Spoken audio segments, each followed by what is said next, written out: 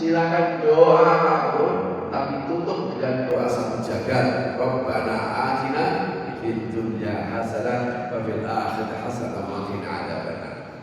Makanya doa ini diajarkan supaya bahwa kita mendapatkan hasanah dunia dan hasanah akhirat. Problemnya ini makanya ayat ini harus dijalankan secara proporsional. Karena ada orang begini Bapak Ibu, Pak Ustaz, saya ini pada sudah doa pada anak dunia hasanah, tapi saya kok nggak kaya-kaya. Ini berarti ada salah di dalam pemahaman dia. Saya contohkan. Di sini dijelaskan begini. Dasar kebaikan seorang mukmin ketika dia melangkah ini mendapatkan kebaikan tadi itu adalah didasarkan bagaimana caranya dia melangkah mendapatkan kebaikan di dunia dan kebaikan di akhirat. Oke? Nah, fa yuridu ay haqiqa khairan fil istiqamah. Karena itu orang mukmin pasti ingin merealisasikan dua kebaikan itu. Bagaimana kebaikan dunia dan kebaikan akhirat itu bisa sama-sama dia dapatkan. Semua orang Bapak dan Ibu punya cita-cita yang sama. Bagaimana di dunia ini kaya raya, itu masuk surga, pemakmur masuk surga, itu semua cita-citanya. Tetapi problemnya begini. Wa minhuna fa inna ayy shay'in ya'tihi fid dunya wa yamna'u 'anhu al-khairat wa yan'amu khairat wa mahmud. Tetapi seorang mukmin ya, makanya identitas ini harus benar. Saya ada orang mukmin yang dosen. Sebagai dosen, saya harus terus berkarir sampai saya bisa dapatkan guru besar. Oke. Tetapi jika proses ini sebagai pegawai, seseorang akan berproses supaya dia bisa menjadi eselon 1 bahkan sampai menteri misalnya. Sebagai seorang pengusaha, dia terus berproses supaya dia bisa jadi pengusaha besar. Bila perlu mengalahkan 9 negara misalnya. Tapi jika proses ini yang na'anhu khair akhir, jika ketika berproses itu kemudian menghalangi dia dari kebaikan dari akhirat. Saya ulangi, jika proses untuk mendapatkan kebaikan dunia itu telah ternyata menghalangi dirinya, akhirnya dengan begitu dia tidak mendapatkan kebaikan akhirat, apa yang dilakukan? Dia pasti akan tolak. Itu namanya seorang mukmin. Maka identitas kita bersama ini. Orang sering, Pak, ya namanya juga hidup Pak, kerja, sholatnya sholat. Lah kalau begini susah. Sholat ya sholat, kerja ya tidak bisa begini. Sebagai seorang mukmin, maka iman ini harus mewarnai seluruh aktivitas itu. Sehingga seorang pedagang, memang ketika berdagang kita ingin berhasil, kita ingin untung. Ternyata harus dalam tanda kutip nipu-nipu, curang. Memang dengan curang mungkin dia berhasil, tapi melihat temannya dia, temanku berhasil. Oh ternyata curang dia. Oh udah limbung dia. Saya kalau begini terus itu loh Pak. Setan akan bisikin, kamu kalau begitu terus kamu gak dapat apa-apa. Kalau kamu begitu terus karirmu akan terhambat. Kalau kamu begitu terus kamu gak akan pernah naik pangkat. Kalau kamu begitu terus, itu setan. Al-ib'ad an tariqillah, itu dia. Dia akan berusaha menjauhkan manusia dari jalan Tuhan tadi. Akhirnya rusak pikirannya. Wah iya ya, kalau saya begini terus, begitu. Akhirnya kemudian membenarkan apa yang sebenarnya salah. Itu ternyata zin Pak.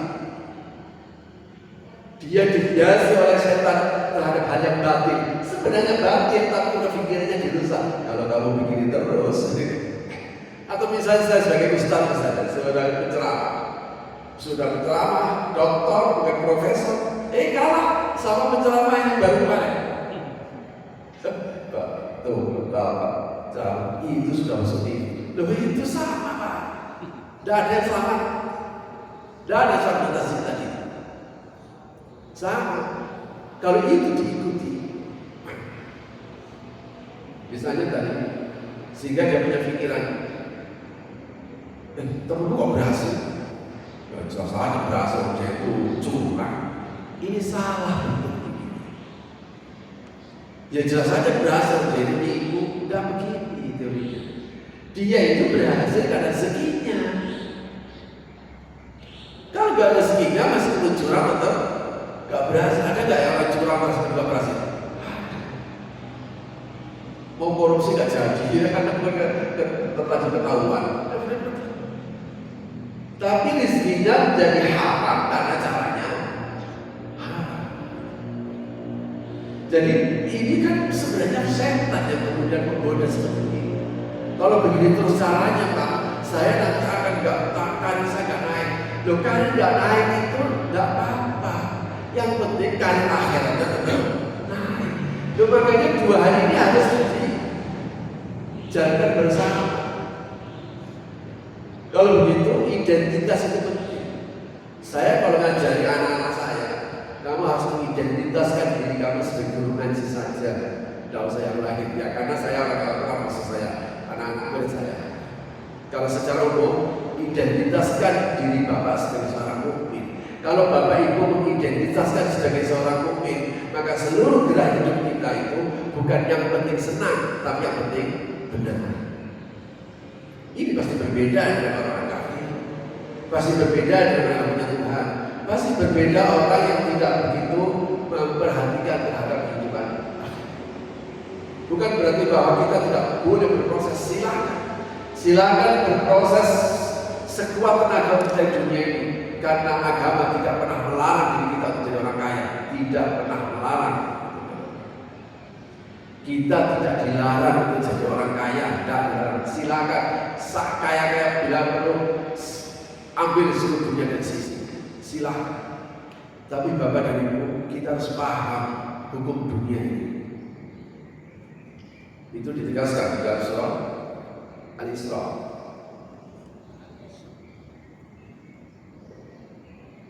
Al-Isra ayat 18.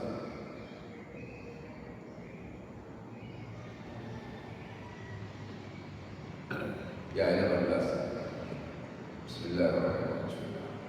Man kana yuridul 'ajilata 'ajjalna lahu fiha ma nasha'u liman nurid thumma ja'alna lahu jahannam yaslaha madhmuman madhura. Siapa saja yang ingin dunia, siapa saja yang ingin dunia, ajjalna lahu fiha ma nasha'u, ajjal akan aku segerakan. Maka yang ingin dunia itu bukan hanya orang beragama, enggak beragama juga ingin, yang punya agama juga ingin. Kalau orang yang punya agama cita-cita dunia itu hanya milik orang kafir, karena dia tidak punya masa hidup setelah mati. Al-Quran memberikan begini pernyataan ini. Ajjalna lahu fiha, akan aku segerakan fiha di dalam dunia tadi. Apa? Manasya. Itu yang pertama. Apa yang kami kehendaki? Liman nuri, kepada siapa yang kami kehendaki. Ini hukum dunia. Apa itu? Siapa dapat apa? Apa diberikan kepada siapa? Allah yang menentukan. Siapa dapat berapa? Berapa diberikan kepada siapa? Allah juga yang menentukan. Jadi kita akan kecewa. Makanya persoalannya itu karena sekian banyak orang telah mendefinisikan apa itu membayangkan kebahagiaan itu terlalu tinggi. Ngomongin bahagia saja kok harus pakai punya rumah yang gede. Ini bikin setan bikin punya cara, punya rumah. Mau bikin bahagia saja harus bikin mobil dengan merek tertentu. Mau bikin bahagia saja harus dikenal orang. Mau bikin bahagia harus seperti begini. Makanya Nabi itu menyatakan ini hadis sahih. Saya dapatkan di Qamas Nurul Mubin. Itu adalah salih dari Ihya Ulumuddin. Maksudnya begini. Barang siapa saja yang pagi hari bangun, tadi Bapak pagi hari bangun kok bangun dalam sehat, ya? Terus buka rumah, tidak ada bencana, tidak ada gejolak apa-apa, semuanya damai, tenang. Dan nanti pagi kita sarapan, gitu ya. Sudah sarapan, terus kemudian ada rokok-rokok, misalnya. Biasanya hadis gak ada rokoknya, sarapan gitu. Apa kata Nabi? Orang kayak begitu, meskipun sarapannya apa? Lontong sayur, sarapannya apa? Bubur ayam, sarapannya kacang hijau, sarapannya roti yang gak boleh selek. Ketika dia bisa begitu, apa kata Nabi? Orang kaya begitu sudah mendapatkan kenikmatan dunia dan sisinya. Begitu. Loh, kita ini di situ sebenarnya setan itu berada di posisi luar. Ini pengakuan setan. Wa qala syaitan lamma qul al-amru inna Allah wa'adakum wa'dal haqq wa wa'adtukum fakhlaftum. Kata setan, ketika semuanya telah diputuskan oleh Allah, siapa yang di surga, siapa di neraka, baru setan ngaku. Ngaku karena dia kumpul pada orang dosa di neraka tadi. Kata dia ini, inna Allah wa'adakum wa'dal haqq. Di surah Ibrahim. Inna Allah wa'adakum wa'dal haqq wa wa'adtukum fakhlaftum. Ketahuilah ya, gini ya, saya ingin sampaikan pada kalian, kepada orang-orang dosa tadi yang masuk neraka, itu kurang ajar saja. Sesungguhnya Tuhan itu, Allah itu kasih janji, dan janji Allah itu benar. Saya tanya ngomong ini Pak, di surah Ibrahim. Wa wa'adtukum fakhlaftum. Aku juga menjanjikan, cuma aku bohong. Kurang ajar. Ya Allah. Saya kalau baca ayat itu kadang ini sudah tahu begitu ya diikuti. Surah Ibrahim ayat 22. Maka na'alikum min sultan. Fala wa ma kana ya'alikum min sultan illa an da'utukum fastajabtum. Kata dia, aku ini tidak punya kekuatan. Aku ini gak punya kekuatan kecuali hanya ngajak. Aku gak bisa maksa kamu untuk kufur, maksa kamu untuk syirik, maksa kamu untuk berbuat maksiat. Kata saya ini gak kuat, gak punya kekuatan maksa kamu. Illa anta'utukum, kecuali aku hanya ngajak. Fastajabtum li, kamu mau, salah sendiri kamu mau. Kalau gitu fala ta'lamuni walau anfusakum. Kalau gitu jangan nyalakan aku. Jangan nyalakan aku cuma ngajak dan kamu mau. Waduh, anfusakum. Salahkan diri kamu sendiri. Ngapain ngajak? Ngikut aja kan? Itu juga aku ajak, tapi dia gak mau. Itu juga aku ajak, dia gak mau. Salah kamu sendiri aja kamu ngajak. Ini ngakunya kan tidak akhirat, kalau di sini gak ngaku ya. Ma'al muslimin. Yang paling menyakitkan adalah pernyataan inni kafartu bima asyraktum min qabl. Ini bahasa lugasnya sebenarnya ya, saya itu gak setuju kalau kamu syirik sama Allah. Ini pernyataan yang paling kurang ajar. Ini adalah pernyataan yang paling menyakitkan. Sesungguhnya aku gak setuju kalau kamu syirik. Saya gak setuju kalau kamu bisa bernikmat. Saya gak setuju kalau kamu itu melawan Tuhan. Saya setuju.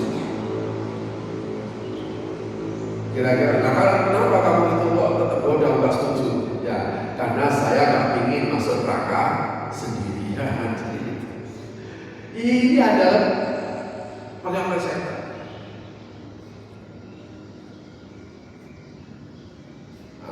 Makanya kalau misalnya saya ingin jadi guru besar, misalnya, supaya saya bisa menduduki misalnya jadi rektor. Supaya nanti ada kalau promosi jabatan saya bisa. Maka sebenarnya luarnya saja, casingnya saja saya mungkin sebenarnya. Tapi sejak mental saya adalah kafir. Karena yang cita-cita untuk dunia itu adalah kafir. Orang kafir hanya ingin mendapatkan kesuksesan dunia. Makanya di dalam istilah agama itu ada namanya amal. Cita-cita, tapi amal itu juga angan-angan. Apa bedanya cita-cita sama angan-angan? Ini kita gunakan definisi umum. Secara umum orang bilang cita-cita adalah keinginan untuk meraih sesuatu di masa depan dan dia persiapkan dan dia usahakan bisa mencapai itu. Baru dia itu bercita-cita. Kalau saya cita-cita ingin jadi dokter, maka semua perangkat itu saya harus lakukan. Kalau saya cita-cita jadi seorang pengusaha besar, saya akan lakukan langkah ini. Itu baru cita-cita saya. Tapi kalau kemudian saya ingin jadi dokter, jadi seorang pengusaha, ternyata saya gak usaha, kata orang, kamu itu gak menjadi kita, hanya angan-angan. Begitu Bapak, kira-kira. Karena itu cita-cita dan angan-angan ini, untuk membedakan cita-cita dan angan-angan ini, tidak boleh manusia yang memberikan definisi. Harus dikawal oleh agama. Itu yang ditegaskan di surat Al-Hijr. Rubama yawaddu alladziina kafaru law kaanu muslimin dharhum ya'kulu wa yatamatta'u bihim al fasawfa ya'lamun. Harus dikawal oleh agama yang dimaksud untuk membedakan angan-angan dan cita-cita. Di dalam ayat itu kalimat wa yudhihimul amal. Jadi ceritanya begini itu. Ada dua orang yang ada di neraka dan kemudian ketemu. Ketika ketemu, ternyata dua orang ini, yang satu kafir, yang satu ahli kiblat, anggap saja muslim, tapi dia di neraka karena dosanya belum terampuni. Dibully sama yang kafir. Loh, Mas, Bapak, lah kok sampai ada di sini? Kamu ada di neraka, lah kayak saya. Bukannya kamu tidak ilaha illallah, bukannya kamu sama muslim. Riwayat ini riwayat yang sangat terkenal, yang itu melatar belakangi surah dan di surah Al-Hijr ayat 2 dan ayat 3. Saya lupa, bisa dibuka. Rubama yawaddu alladziina kafaru, dibully, bisa dibuka di Ibnu Katsir. Dialog ini kata orang kafir, ya saya masuk neraka ya karena kafir, saya nyesel kenapa saya kafir. Tapi kalau kamu muslim masuk neraka, dan sahabat berarti akan saya dulu bisa menikmati apapun. Kamu udah banyak ada ini nggak boleh, ini nggak boleh. Sudah tidak ada larangan, masih bisa masuk neraka. Dialog inilah kemudian didengar oleh Allah. Allah mengutus malaikat.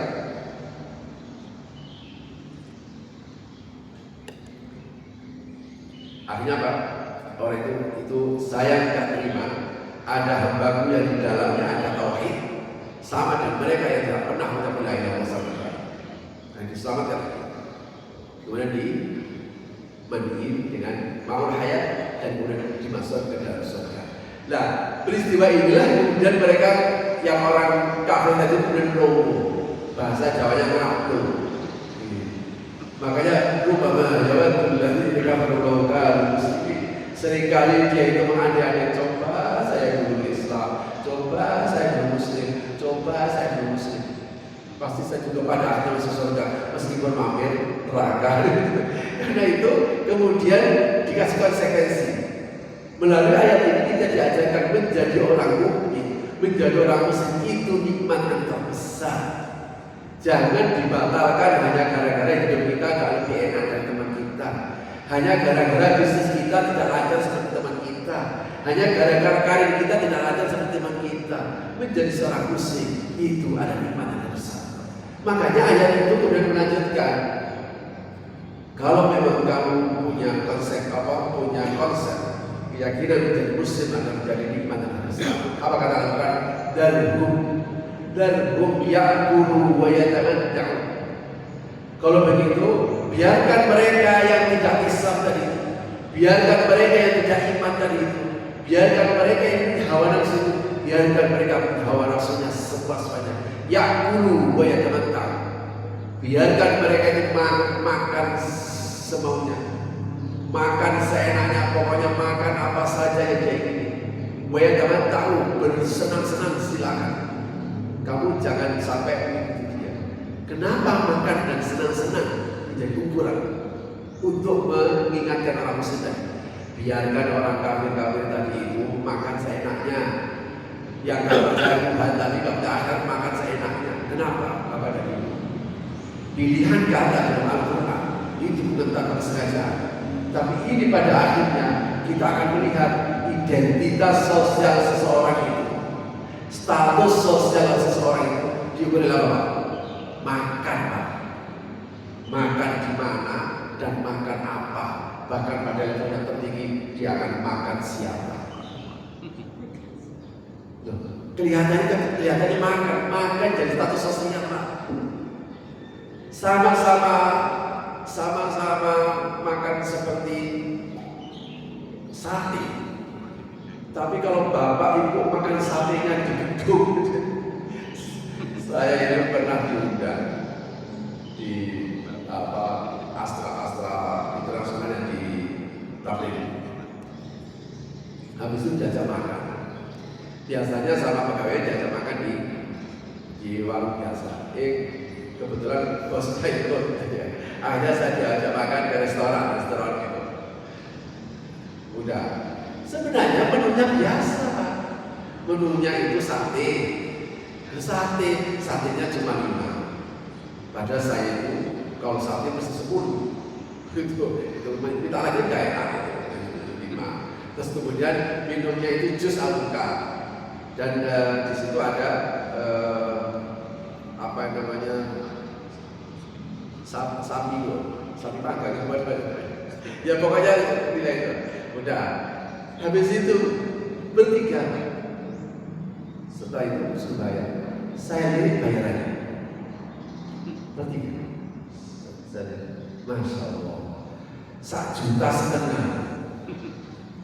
Tahu gitu kan di mentahnya. Sampai gitu. Ya Allah. Tapi orang itu rela seperti ini status sosial. Gara-gara ini Pak setan bisa menggoda kita. Pesta perkawinan. Apa ukurannya? Hidangan makannya, hidangan makanannya, macam-macam. Saya tidak ingin mengatakan bahwa kalau berpesta begitu silakan saja. Tapi jangan kemudian itu menjadi jadi status sosial itu jadi yang dulu tadi itu nggak sembarang. Makanya kalau orang itu sudah mulai tinggi derajatnya, dulunya di warteg gak apa-apa, tapi sekarang di warteg, wah gengsi, ketahuan, boleh. Itu persoalan makan. Jangan sepele. Ketika kalau gitu, biarkan mereka makan sesuka hatinya. Karena makan di status sosial. Gara-gara makan ini, kemudian saya akan menjadi punya pintu untuk masuk. Yang kedua, buat teman-teman itu bisa cek lah. Teman itu bersenang-senang. Bersenang-senang itu saya gambarkan misalnya begini. Kenapa ini ditunjukkan dalam Quran? Saya asalnya benar-benar iya ya. Tapi pikir ya Allah, memang Gusti Allah itu benar-benar. Kan begini Pak, orang itu misalnya ini, kalau bapak liburan bapak kemana? Mancing. Jadi orang liburan itu bisa macam-macam, tergantung status sosial. Mau liburan sama ke Eropa. Loh gitu ya. Ini bagi orang mukmin yang punya duit. Kalau dia tidak sadar bahwa jadi mukmin adalah mulia, dia pikir saya pada sholat, padahal ngaji, enakan dia. Setiap liburan ke Eropa, di mana enaknya ke Eropa itu? Misalnya, itu kemarin bisa dari Paris. Kok bisa tahu? Ini statusnya dia itu foto di bawah menara Eiffel. Dia itu habis dari Cina. Kok bisa tahu? Tuh, saya lihat statusnya. Dia ada di tembok Cina. Ya Allah, lo naik di tembok Cina cukup enak. Saya tahu dia itu makannya itu Pak. Makannya di restoran. Ini restoran terbaik. Lah, kok tapi itu bodoh banget masih. Saya pernah punya teman kaya raya. Ketika dia di Jepang, dia bilang sama dia, tolong carikan makanan di Jepang, makanan yang termahal. Itu kan gila, orang termahal, orang apa? Dan bayarnya 20 juta. Orang apa? 20 juta. Ternyata apa yang dimaksudkan makanan termahal tadi? Itu hanya ikan Ikan apa namanya Jepang pada kenal? Saul. Ikan apa itu? Sudah ikan mentah. Teman saya sampai mau muntah. Tak masuk akal. Orang senang bahagia bangga dia naik mobilnya dengan merek yang gak kenal. Di mana ya? Teman saya ini dia bilang begini, Pak, saya pikir Ferrari itu enak. Ternyata gak bisa menikmati saya Ferrari. Ferrari itu hanya cocoknya kalau jalannya gak macet. Itu baru di Indonesia gak bisa kan menikmati itu. Nah yang seperti begini ya teman tahu. Orang selalu bersenang-senang. Kata senang-senang itu menjadi status sosial. Makanya kata Al-Quran hati-hati. Hanya gara-gara kalau kita senang, Al-Quran tegas. La yaghurrannaka taqallubul ladzina kafaru fil bilad. Jangan sampai tertipu oleh aktivitas orang kafir di bumi ini, di dunia ini. Maka kami sebenarnya dia nikmati sedikit, dia tidak bisa menikmati apa. Meskipun dia itu senang, dia ambil cerita, saya tadi habis dari Cina, Guangzhou, dan dia gambarkan begitu. Tapi coba, dia nanti punya duit, dia tak akan mungkin balik lagi. Pasti cari yang baru. Itu menunjukkan gak senang dia di sana. Beda dengan orang umrah itu duitnya lebih banyak daripada dia harus rekreasi ke Cina. Untuk umroh dengan fasilitas yang bagus itu bisa 40 juta, bisa 20 juta, bisa 70 juta. 70 juta itu sudah bisa dia rekreasi ke Eropa. Tapi anehnya di umrah itu tidak ada keindahan. Ya bangunnya jadi gitu, yang Masjidil Haram bisa di Masjidil Haram gede, makan desa-desakan, mau masjid ke desa-desakan, semuanya desa-desakan. Anehnya setiap pulang dia ditanya, Bapak pingin umrah lagi loh. Jadi kalau Bapak pingin selalu mendapatkan, kalau Bapak pingin kebaikan baru lagi, itu kebaikan itu pasti bukan kebaikan dunia, tapi kebaikan akhirat. Kalau Bapak merasa senang dengan mengaji, merasa senang dengan memberi, bukan memberi, merasa senang ketika dia umrah, ya tapi lebih baik kalau Bapak bisa bantu. Jangan umrah terus tapi nggak bantu tenang, nggak pernah bantu orang, jadi serahkan juga serahkan. Jadi kalau begitu jangan sekali. Kalau ketika kita melihat seperti begini, maka kita jelas tahu bahwa manhaj Kristus masalah. Tadi kan kebaikan dua ya, kebaikan dunia dan kebaikan akhirat. Padahal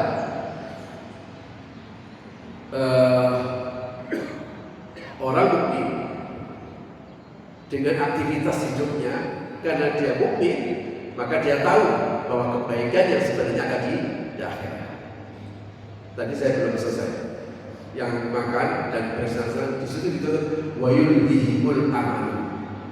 Dia dilenakan oleh angan-angan.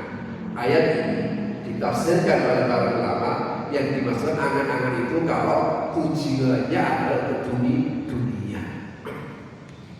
Kalau orang itu bekerja pada akhirnya untuk dunia, kalau dia itu menabung pada akhirnya untuk dunia, maka sebenarnya dia bukan bercita-cita tapi hanya berangan-angan. Sebab apa? Karena dunia itu tidak pernah muncul. Kalau saya sedang misalnya ini saya belum punya HP dan kemudian saya ingin punya HP sehingga saya menabung untuk bisa mendapatkan HP. Oke, pada akhirnya HP itu kemudian saya ketika saya bisa membeli HP, memang senang pada saat bisa membeli, tapi tidak berapa lama HP ini menjadi saya tidak senang lagi, bosan. Kalau gitu HP-nya wujud tapi keterangannya tidak muncul. Kenapa? Saya harus kepikir bagaimana mendapatkan inilah. Saya harus menciptakan hal yang baru untuk bisa menjadi senang. Kalau begitu, yang disenangi manusia sesungguhnya tidak wujud. Sekali yang disenangi wujud, maka saat itu sudah menjadi hilang karena dia bosan. Inilah yang disorot oleh mobil Cina. Mobil Cina itu yang penting indah, tidak penting kuat. Beda dengan mobil Eropa. Mobil Eropa yang penting kuat, tapi gak indah. Oh, orang senang yang indah. Nah ini gak kuat gak apa-apa. Karena meskipun dia itu kuat, ketika 5 tahun dia ganti lagi. Itulah manusia. Saya biasanya ketika saya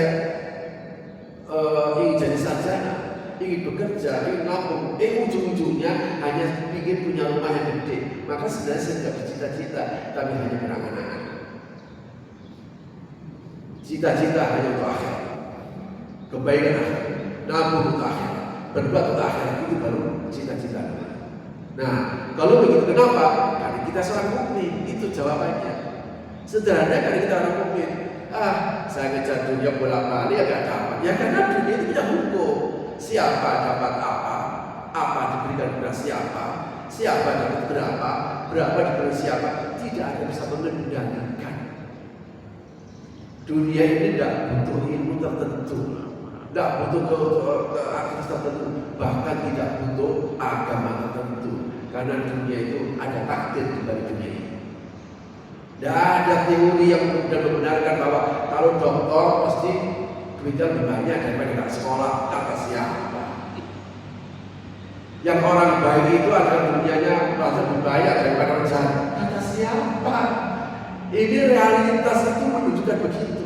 Makanya jangan kita hubungkan antara ibadah kita kepada Allah dengan dunia yang profan tadi.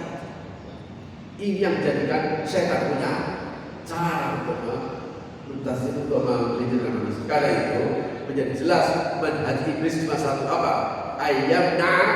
Ayyamna'aka antaf ala syai'an di akhirat. Cuma satu dia. Bagaimana mencegah Anda, bagaimana mencegah kita untuk melakukan sesuatu untuk akhirat. Iblis cuma satu, mencegah kita melakukan sesuatu untuk akhirat. Untuk akhirat itu bisa bentuk seperti bapak ini. Ini bentuk namanya. Bentuknya adalah aktivitas akhirat, namanya ngaji. Namanya ini namanya plan A-nya. Makanya plan A-nya setan itu bagaimana manusia terhalang dari kebenaran. Misalnya kalau ini ngaji, bekerja yang halal, itu namanya plan A-nya. Dia kerjanya untuk akhirat karena kerja yang halal. Tetapi kalau plan A-nya gagal, dia akan bikin plan B. Apa plan B-nya? Plan B-nya adalah menyimpangkan manusia dari tujuan yang benar. Sudah benar pekerjaannya halal, tidak tahunya di ujungnya hanya untuk dunia. Ini tasir dia dibolehkan itu. Saya ceramah ini benar karena ini ada aktivitas yang halal, aktivitas jenis akhirat, jenis saja Pak ya, jenis akhirat. Ini jenis seperti saya tidak banyak. Tapi kalau saya ceramah ini adalah untuk amplop saya mau ceramah karena saya sudah dibayar tadi, maka sesungguhnya saya telah tertasjid. Tidak ada kemuliaan sama sekali di mata Allah SWT. Kalau seorang imamnya baik, tapi sudah hanya gara-gara supaya orang itu selalu menikmatinya, itu dia gak ikhlas, dia tertasjid manusia. Jadi artinya apa? Bahwa orang bisa selamat di plan A-nya, tapi tidak selamat di plan B-nya. Itu saya kan begitu terus sampai qala bima awwala ta'ala surat al-mustaqim thumma la'annahum min bayni aydihim wa min khalfihim wa an aymanihim wa an shama'ilihim wa la tajidu syai'an. Dia akan berusaha sekuat tenaga. Sampai begini gambar Al-Quran. Wa qala alladhina istakbaru min al-dhikri anahnu sadaqna al-huda ba'da bal mujrimin. Kata orang yang berbuat yang anggap saja ini mewakili tubuh sehat, dia goda sama orang lemah. Akhirnya tergoda atau ketemu lagi di akhir. Ditanya begini, anahnu sadaqna al-huda ba'da aku pernah menghalangi kamu untuk berbuat baik. Apa aku pernah menghalangi kamu untuk ngaji? Apa pernah menghalangi kamu untuk berbuat jujur? Dasar kamu aja, antum dasar kamu sudah dosa. Dia tidak terima. Qala alladhi istuqifu lilladhi istakbaru bal makru lail wan nahar kita al-ayat. Kata orang yang digoda tadi, agak gitu, kamu karena berusaha pagi, siang, malam goda saya. Ya jelas saja. Ini dialog ini gak ada gunanya. Karena dialog ini ada di akhirat, jadi saling menyalahkan. Ya begitu kan Bapak Ibu dan Saudara. Jadi kalau begitu, gimana caranya memahami? Ada satu pernyataan setan yang ini menjadi kata kunci kita. Ayat sotak itu, kalau Fabi Aizzatika lau biadna majma'in. Demi kebesaran Engkau ya Allah, akan gelincirkan semua itu. Tapi kata setan, illa ibadaka minhumul mukhlasin. Kecuali hamba-hambamu yang Engkau pilih. Nah ini, kita ingin menjadi hamba yang dipilih oleh Allah mukhlasin tadi. Illa ibadaka mukhlasin. Mukhlas itu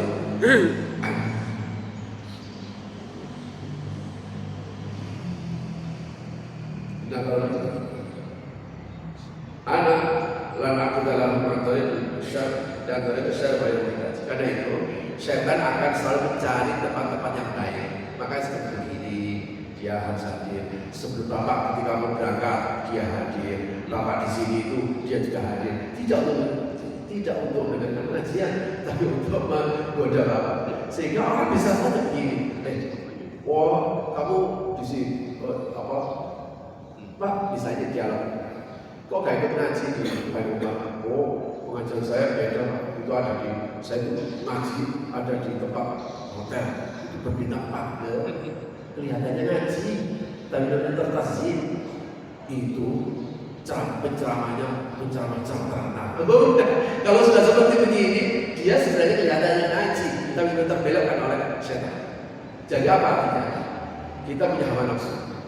Hawa nafsu itu tidak pernah mengenal kebenaran, tidak pernah mengenal kejujuran, tidak pernah mengenal yang dikenal adalah yang penting senang. Karena itu jemaah sekalian, ini jalan terakhir. Kalau kita ingin, ya ini upaya, namanya juga upaya. Allah tetap punya cara untuk mendidik kita. Selama kita tidak meletakkan ukuran kebahagiaan ada dunia, ukuran kemuliaan ada dunia, ukuran kesuksesan ada dunia, ukuran kebaikan ada dunia, insya Allah kita akan tidak terjerat pada syaitan. Ya, itu saja. Jangan pernah melihat orang yang sukses karena dunia. Makanya bicara Al-Quran melihat izzakati fa'il. Orang sukses itu ketika dia bisa membayar zakat. Makanya ketika kita melihat orang kaya, jangan kayanya. Kita akan enak dia ini jadi orang kaya. Dengan jadi kaya akhirnya dia bisa bantu banyak orang. Nah itu yang jadi kita boleh hasad sama dia. Wah enak. Gara-gara dia punya jabatan, akhirnya dia bisa bantu banyak orang lemah. Silakan. Karena dia punya ilmu, akhirnya dia bisa memanfaatkan ilmunya, akhirnya orang bisa tahu. Selama kita tidak menggunakan ukuran kebahagiaan dari dunia, jadi jangan pernah dibiarkan anak kita kebayang. Wah enak ya Pak ya, itu mobilnya itu loh Pak, bagus banget. Merknya apa? Gak tahu, gak kenal. Bahkan dia itu katanya habis naik pesawat pribadi. Ya Allah, jangan dilanjutkan kayak gini. Ini cara setan. Memang setan cara seperti itu. Dia mentasinya dengan hal-hal sifat dunia dan juga mentasinya dengan hal yang batin tadi itu kalian sama-sama berkarir. Tak tahunya dia itu temannya lebih dulu melesat, udah ibunya. Ada temannya, ini mestinya kamu, itu kan bosmu itu tak suka sama kamu, udah jatuh kita. Jadi alam lihat kita berbeda sama Allah Subhanahu Wa Taala. Udahlah, pokoknya kalau anak terus lagi doa dari syaitan, doa dari syaitan, berbanyak doa dari syaitan. Kenapa? Karena kita tidak tahu syaitan ada di mana. Sementara syaitan selalu tahu kita berada di mana. Yang bisa mengendalikan hanya Allah Subhanahu Wa Taala. Tapi yang penting pikiran kita sudah clear dulu bahwa seperti itulah yang diinginkan oleh syaitan, seperti itulah dicintai oleh seorang mukmin. Bahwa seorang mukmin hanya ingin mendapatkan kebaikan dunia. Tentu saja kita ingin kebaikan akhirat. Tentu saja bukan berarti kita tidak ingin kebaikan dunia, tapi karena sebagai seorang mukmin selama ingin meraih kebaikan dunia tadi ternyata harus terhalang dari kebaikan akhirat. Nah, tidak. Kita bilang tidak. Saya lebih baik dapat daripada saya dapat tapi kubur neraka. Terima kasih Bapak dan Ibu. Saya kira itu yang bisa saya sampaikan pada kesempatan pertemuan hari ini. Semoga ini ada manfaatnya kita semuanya. Semoga ini menjadi pertemuan kita diberkahi Allah Subhanahu wa taala. Amin ya rabbal alamin. Saya kira itu ada saya tidak tahu tradisinya. Saya selesaikan atau ada yang bertanya?